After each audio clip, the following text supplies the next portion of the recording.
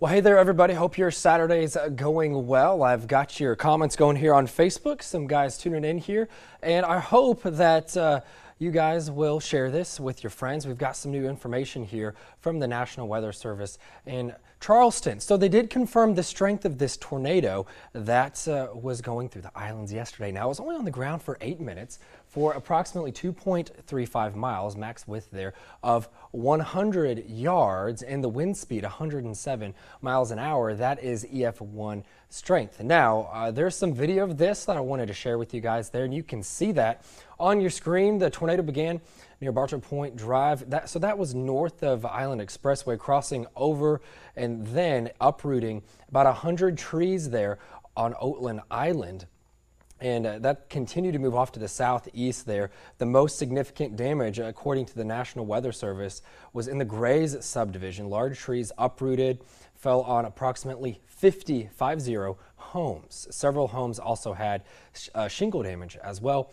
This tornado continued along the southeast there, crossing Highway 80, moving over Islands Christian Church, before going along Dolphin Lane, passing near Marsh Point Elementary School. So it finally moved southeast across Whitmarsh Island Drive before dissipating near Islands High School. So a lot of information thrown at you there, but I wanted to just give you a summary of this since this is new information to us. We've only known the strength of it for about, say, an hour or so. And if you have the news app, they pushed that information out on there. We talked about it at 7 o'clock as well. But that's enough for the tornado. If you're just joining us and you missed that, you can rewatch this after the video post, or you can ask questions here on Facebook. Some folks that are watching: Ginger, Felicia, Courtney, Ben saying hello, Paige saying the siren never went off. Well, there was no tornado warning, not even a severe thunderstorm warning with this from the National Weather Service. So I realize that there can be a little frustration with that, but I do want to turn our attention to what's going on now, and I'll go back to answering your questions here in just a little bit. So radar right now, relatively quiet along the coast, but we are seeing some of these showers and thunderstorms, more so inland. This is where they're going to stay here for the rest of this evening as well.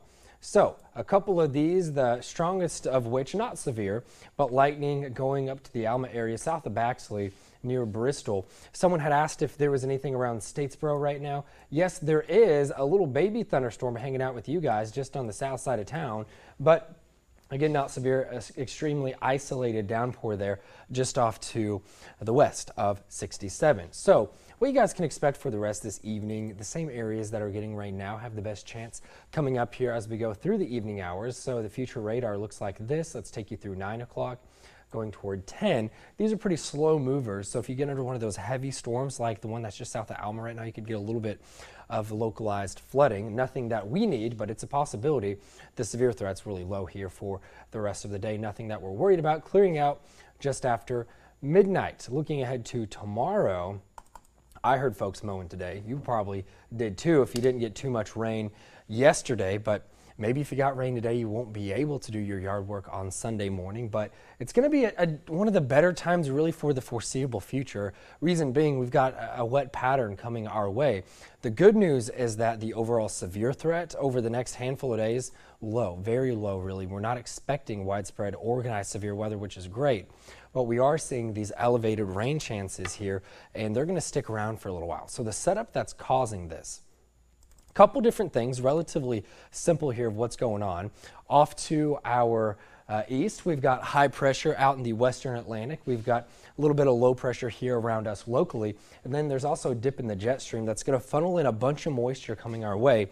And we already have the heat. We've got a little bit of instability, enough to where we're likely going to get these afternoon showers and thunderstorms for the next little bit. And you might be thinking, well, how's that any different than what we typically have? Well, it is, because it's just happening a different way. It's not popping off of just straight convection or the sea breeze. This is going to be more so coming in from the south. So this is one of our future models. I'm jumping ahead from Sunday and we're going to Monday, and you can see those showers and thunderstorms, really just the rain streaming in here from the south, and it'll do it again on Tuesday as well after we have breaks overnight.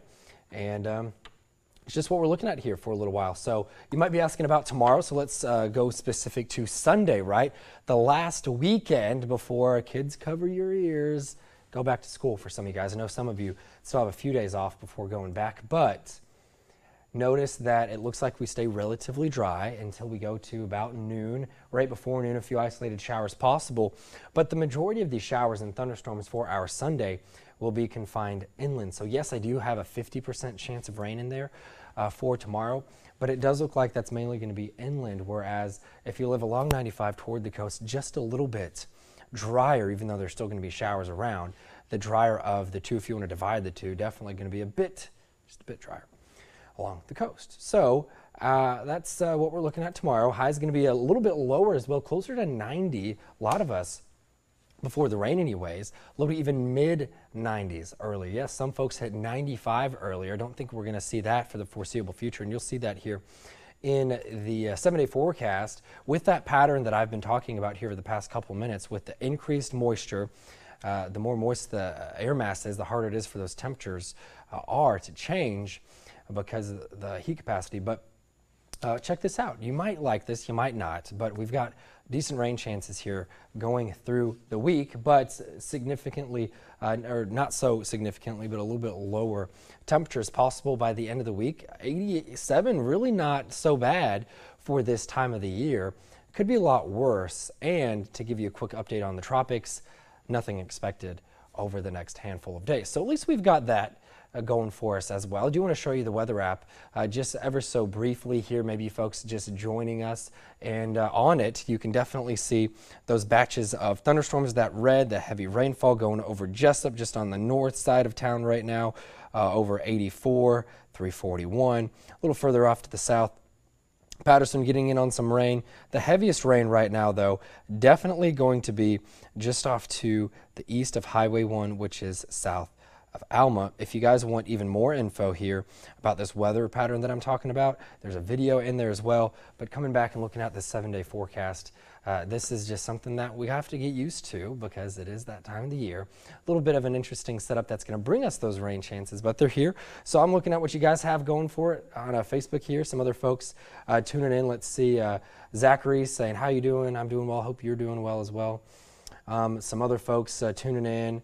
Lance, Paige, Marcus, Tanya, Sue, Lance, Sammy, Christy, appreciate you guys tuning in. If you have weather questions, feel free to ask them. And if I missed yours, because I know that there are a few in here that I definitely did not get to, I'll just respond on my Facebook page to you and make sure I get those questions answered. Weather questions, you can always send them to me. Weather pictures, we got some cool lightning video earlier today we showed in the news. We love seeing what you guys see out there because as meteorologists, we're kind of stuck in the studios. We can use our tower cams to look, but we don't always get out there and see the weather that we forecast. We always appreciate your pictures and videos, but relatively quiet along the coast tonight. I'm about to push out on social media about some of these thunderstorms that are inland, but otherwise, if you have questions, feel free to shoot them our way, and I hope you have a good rest of your evening and that you guys join us coming up at 11.